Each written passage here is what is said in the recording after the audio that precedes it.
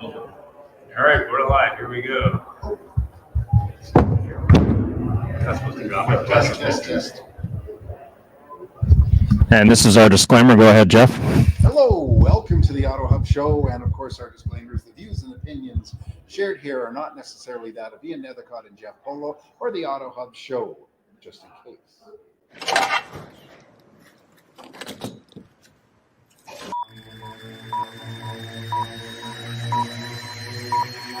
Ready, set, go.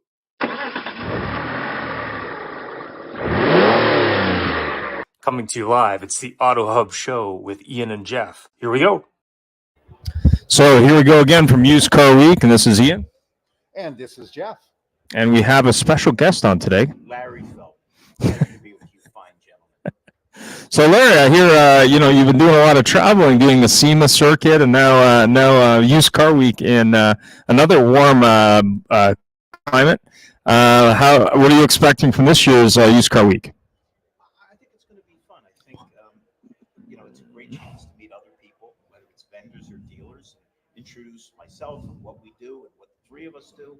I'm really excited and looking forward to it. Plus, I get to hang with you two guys. I'm happy. Fantastic. So what's your opinion of Arizona versus California last year? What do you think of the venue so far? I prefer Arizona. No, nothing to do with the politics at all. I wouldn't assume. No, it's all good. Anybody knows I'm apolitical. Well, it's interesting. I was commenting earlier too that the problem last year with San Diego is the conference was secondary to the venue.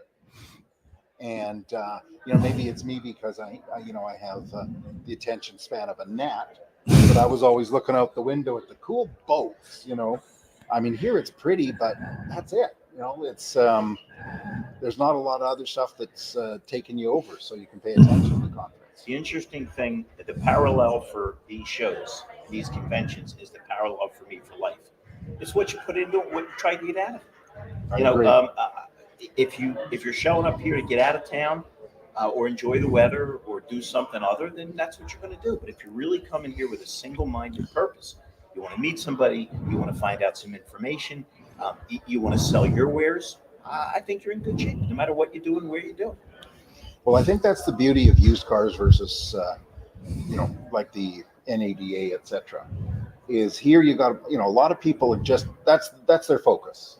And used car people a little more down to earth. You'll see the booths here are not the giant technological craziness there. We walked through today, we saw the VinQ guys, and I teased Danny because I'm looking up going, so where's the giant booth? And then used car people would be a little bit not intimidated, just, it's too fancy for me. Too much sizzle, we need more steak. Exactly. Wait a minute. You were talking about in Texas, right? An ADA, so that would be all hat, no cattle. And we had a discussion this morning. We're doing the show a little bit on the interesting twists and turns in the used electric game. As we saw some change last week, but more importantly, being at SEMA this week, it was pretty interesting to see some of these conversions. What's your opinion of what's going on with the electric car game these days, especially on the used front, of course? I'm going to dial back to my past. We were a Hyundai dealer early on. We got the franchise in 1990 when if you paid people, they wouldn't take a Hyundai. We were given, I think it was 6 or 8 Hyundai Excels, which were carbureted. They weren't fuel injected. Basically, a heavy set guy on a bicycle going up the hill could beat a Hyundai. There was no acceleration.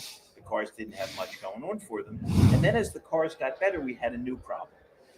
You didn't have a competitive lease because the residuals were no good. And then once the residuals got good and they continued to improve their product, they were great. Well, it's the same thing here.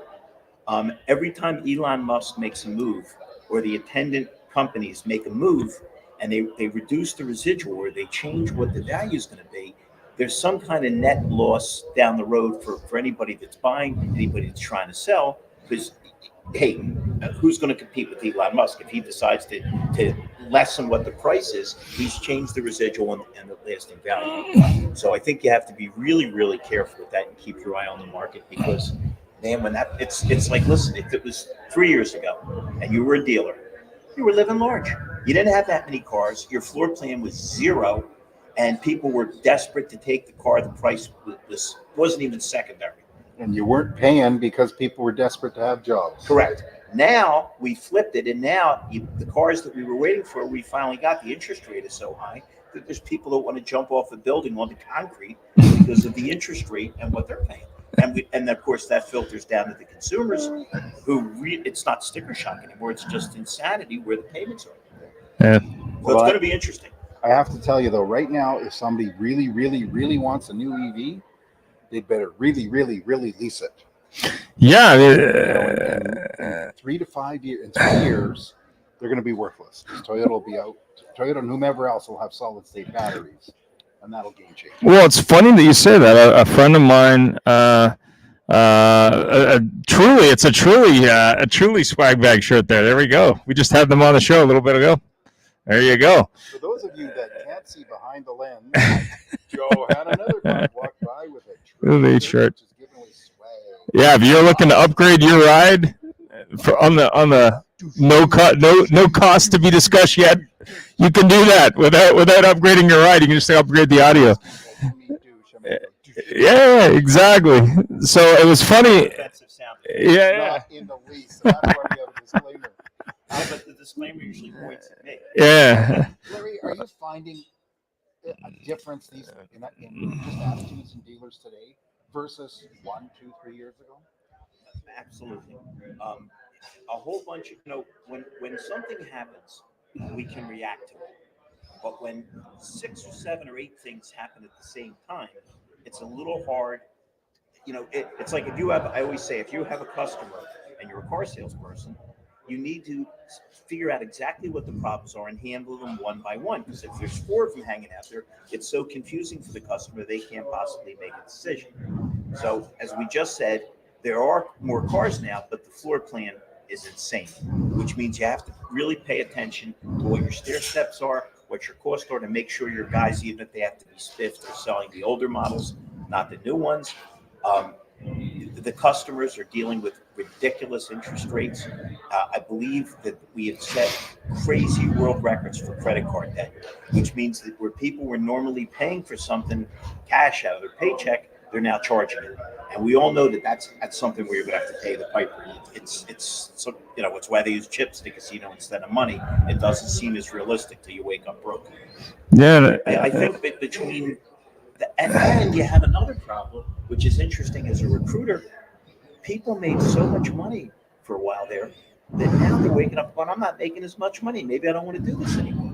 So when you talk about the non-commensurate pay, at the same time, the payment, you would think if the payment was higher, everybody would make more, but that interest rate tends to throw a wrench into everything. So I just think dealers right now have to really, really pay attention, dial back in. I'm not saying this to be self-serving. They got to train better, and they got to get back to focusing on the Career customer. Changers USA. What this gentleman said. Yeah. Well, the thing is too, and people now, back during the dark days of 2020, everybody says, I'm never going to the office again. I'm never working. I'm going to buy that really cool place way out in the middle of nowhere for low money. But what I'm going to do is I'm going to build a new house on it. And all of a sudden they're going, the mortgage is coming up for renewal. Or heaven forbid, somebody down here took out a 30-year mortgage at, they weren't giving 30-year mortgages at low interest rates. They were giving them higher ones. But they got to renew their mortgage, and all of a sudden they got a car payment. It shades, Jeff, of the 2008 housing market. Yep. People had a payment that was here, and then it adjusted up to here, and all of a sudden they couldn't afford their house anymore. And that it's not just, it's the old ripples and how the ripples go out and cause big waves. It's all the attendant things. When businesses get hurt, giant businesses, what's bigger than our business? It affects so many things and so many people around it. It's a little scary right now. You better be paying attention. Yeah, and if you want to understand the true scale of the car business, and that's not even all of it, but just what we did in Vegas. I mean, the scale of the different businesses within the business, that people focus on car dealers and they go, okay, yeah, it's the car dealer. They're the good and bad, and they're the only ones involved. But when you look at all these other businesses around that business, transportation, electronics, tools, distribution, hardware, software, training, recruiting. There's so many businesses that are touched by it. I mean, when you look at it in that totality, it's really interesting because historically people just look at it as, oh, it's just the dealer down the road, or it's just that local manufacturer. But yeah, I mean, the car dealer, you're going to see ripples across it. But when you're talking about leasing, I was so happy that I gave that friend of mine advice on a lease to lease it, because electric car, I'm like, if you're going to buy one, lease that thing for a couple of reasons at the time. A, don't know what the future brings, but B, the cost. But also, do you really want that car after 4 years? And the ability to not get slammed and be upside down in a car. Yeah. Only because even if they gave you a reasonably fair deal, with the interest rate so high, you're paying so much more interest for the first couple of years that it makes it really difficult because they're still upside down. And scary, it's very scary to me that people don't understand that you want to keep your people coming back as often as possible and have them be as happy as possible. Well, you know what? It was very funny because I remember not long ago, people were talking about EVs being changing the whole cycle of purchase, and that people, you didn't have to, and that 200,000 miles on an EV was not bad, and because we're all used to this, and now all of a sudden you're discovering this asset you thought you had has dropped in value because you can buy the new one for less, 30% less. Well, wait a minute, can't diesels run for 200,000 miles, and we don't have to give everything we have away to China and completely destabilize the world's economy? Well, I'm sorry, but China holds the world's total resources for diesel particulates. Don't you love it when he says particulates? I know Ian got a little excited by that. What was that line that Rennie Sayhouse did today? What he said that they said was my new algorithm. I don't know. Can't remember. Extrapolate. Scrubbing or extrapolate it? Yeah. Extrapolate. And they said you got to make that for used car dealers. Oh, scrub. Okay, that's better. But yeah, it's people were saying not long ago that you would have your EV forever, and here Tesla's riding heat because they're 5 years into their Model 3 and people are getting a little itchy for something different. So I got to tell you though, some of this stuff though, it's almost like a cult.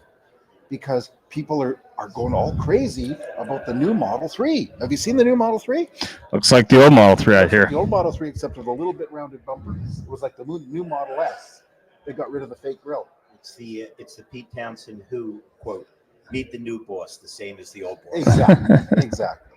But yeah, I think things are, it's different. It's challenging. Listen, we've talked about this before, and I'm trying to keep it non-political and just business-wise. No, he's not. You can't. If you say to somebody, here are some extra choices, and if you really would like an electric car, they do have some advantages. They're really fast, blah, blah, blah. Great. But you can't force or legislate. We tried this in America with prohibition. And it's the same thing. You can't say to people, here's what you have to drive, and here's what you have to do, particularly since it's so unrealistic in their projections. Larry, I hate to tell you this, but 87.5% of our audience has no clue what prohibition was. You mean I can buy a gas car under the table? Wink, wink, nudge, nudge. Yeah, I didn't like that one. There's these guys running these hot rods over the border, man. On a border, they got gasoline. Prohibition was one of the most interesting, scary parts of American history in the prior centuries, because what they decided they would do is morally they would stop people from drinking. They didn't. All they did was rise up organized crime, have 1 million tap rooms, they used to call them, or bars. But the point was you can't legislate that stuff. If you want to say to somebody, we're offering you something extra, perfect. But to say, everybody that's driving this, you're not driving anymore, here's what you're driving, even though the cost doesn't make sense, even though in California, they already are saying that they can't handle what they have now. Yeah, you mean forcing people to buy 100% of something isn't a good idea, especially when people don't want to buy 20% of something? No. The only time it makes sense for everybody to work with one thing is what Jeff said earlier. I'm just quoting him, career changer USA. There's a little bit of a prohibition on that because Larry, I can't say it because he's coming in such trouble. Moving right along, things are changing. There's all sorts of. I read a poll today that Ford is again the lowest, is rated lowest amongst their dealers. for dealer satisfaction. Interesting. And part of Joe Boris just posted something, even tagged us. You got to look on Oh yeah. LinkedIn. Wow.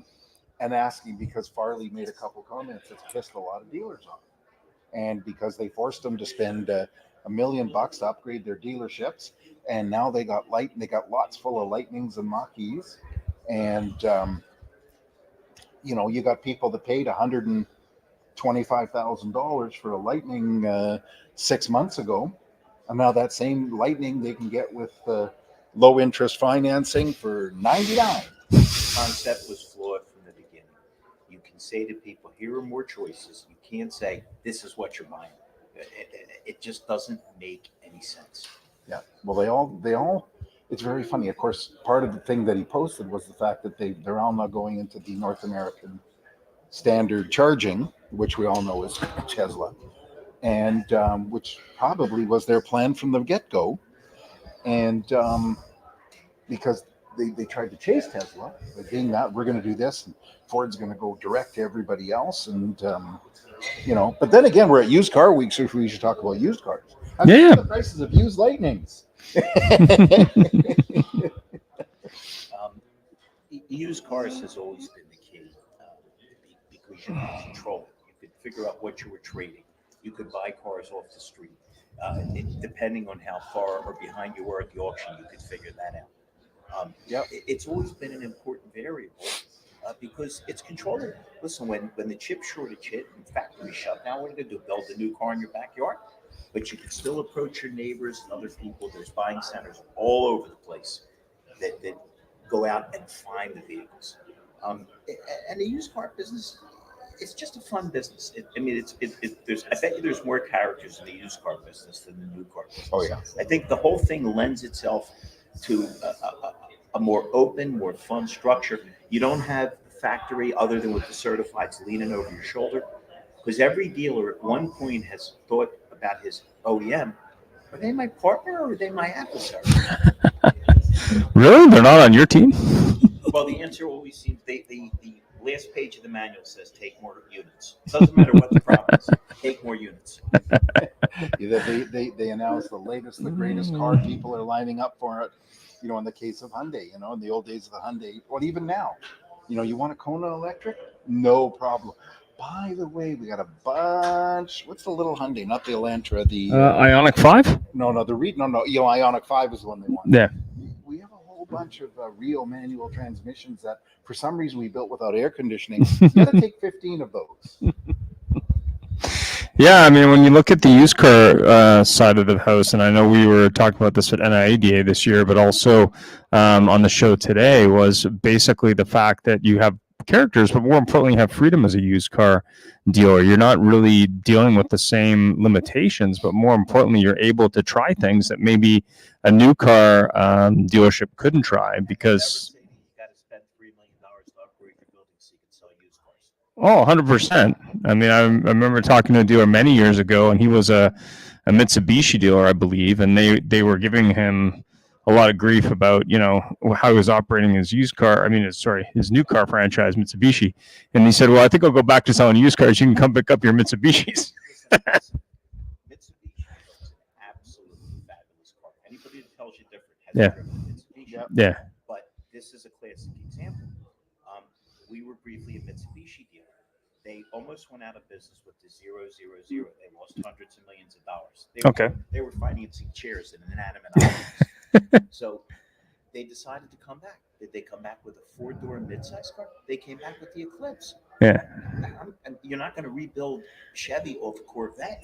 You're, as great as the Supers, you're not going to rebuild Toyota. So again, a lot of these companies seem to be out of touch. We all made fun of Bud Light. Mm-hmm. Because they basically destroyed their brand and lost billions for no good reason. Yeah. They for no good reason. Well, with a lot of these companies, you kind of scratch your head and wonder who's in control. I mean, you mentioned Ford. Ford lost, I think it was $4.5 billion on their electric production. For what? The trouble is, what we don't know is how much they got subsidy from the government for doing this in Canada. Great big controversy. Volkswagen. What's on where to? We're to 4. Okay. But we're past 4. Yeah. So I think we got to wrap it up. Volkswagen agreed to build a plant in southern Ontario. The federal government gave them $13 billion to build a battery plant in southern Ontario. Stellantis was going to build a plant. And they heard about this and they said, nope, we're not going to build it because you're only giving us like 1.2 billion. So unless you give us more, we're not. And they said, we're not giving you more. Next thing you know, the province of Ontario steps in and says, we're going to give you more money. Then they clicked up to 7 billion. Wait a minute, it was 1.5 billion. You guys only gave me $300,000 a vehicle. I didn't get a better rate. It was Canadian guys, where they $3 come Canadian, which is 6 cents American. Larry, we got to go. Yep. We got to go. We got to. Yep. We used up our time. Yep. Patty, thank you as always. Thanks for your support and everything. Thanks. Bye. Thank you so much. And we're out in a moment. This time we won't cut it off.